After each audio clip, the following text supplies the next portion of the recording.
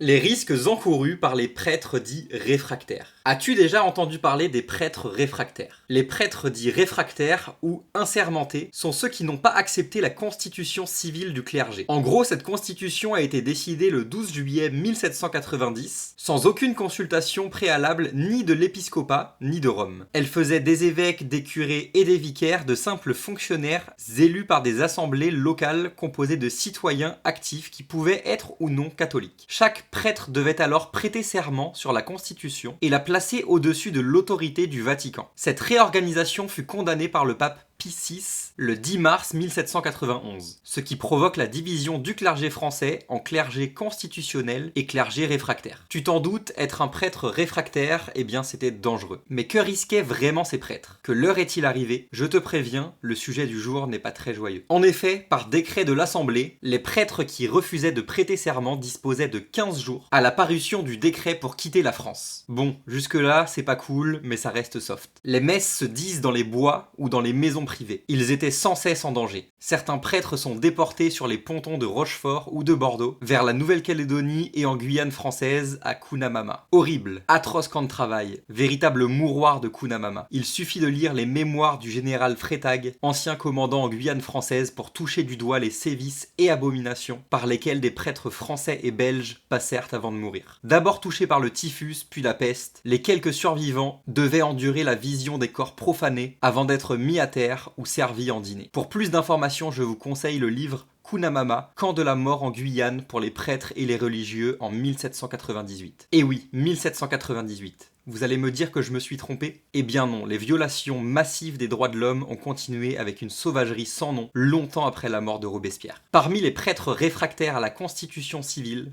un bon nombre a refusé de quitter la France et a échappé aux déportations. Leur mission paroissiale et pastorale était plus importante que leur propre vie. Oui, je parle bien de leur vie, car s'ils étaient attrapés ou dénoncés, ils risquaient la guillotine, ainsi que les personnes les ayant aidés ou suspectées de les avoir aidés. Ainsi, 14 prêtres à Laval montèrent à la guillotine le 21 janvier 1794, sans avoir le droit à un avocat ou un procès correct. La seule sentence proposée était la mort. Ou bien ces 300 prêtres qui, les 2, 3 et 4 septembre 1792, dans le climat dramatique de la patrie en danger, où la psychose de la trahison déréglait les esprits, furent atrocement massacrés par des sans-culottes en délire, armés de sabres, de piques et de gourdins après des simulacres de jugement. Les auteurs de cet effroyable bain de sang, venus chercher leurs victimes dans les couvents, notamment celui des Carmes, n'appartenaient pas à la lie de la population. C'étaient des petits bourgeois, boutiquiers, artisans, gardes nationaux et fédérés. Bon, tout ça c'est pas très joli, mais je ne vous ai pas encore parlé des noyades. Carrier, grand méchant dont nous reparlerons le mois prochain,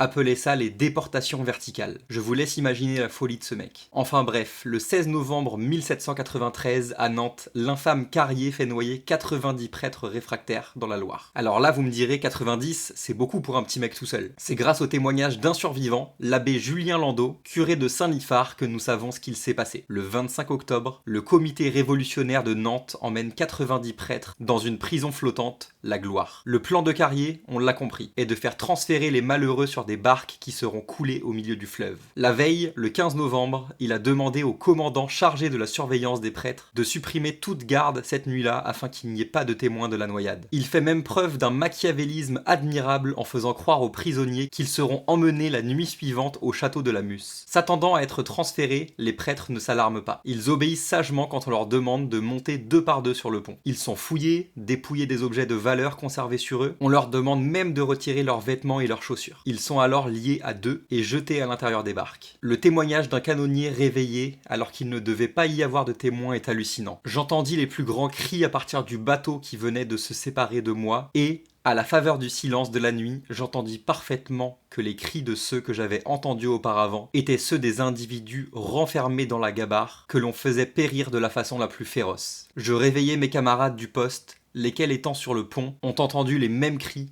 jusqu'à l'instant où tout fut englouti. Bon, tu l'auras compris, il ne faisait pas bon être prêtre en France entre 1790 et 1798. Beaucoup périrent, assassinés, noyés, torturés. Certains furent sauvés in extremis, d'autres vécurent cachés dans les bois ou dans les fermes, d'autres encore prirent les armes aux côtés des armées de l'Ouest en Vendée, en Bretagne et en Mayenne.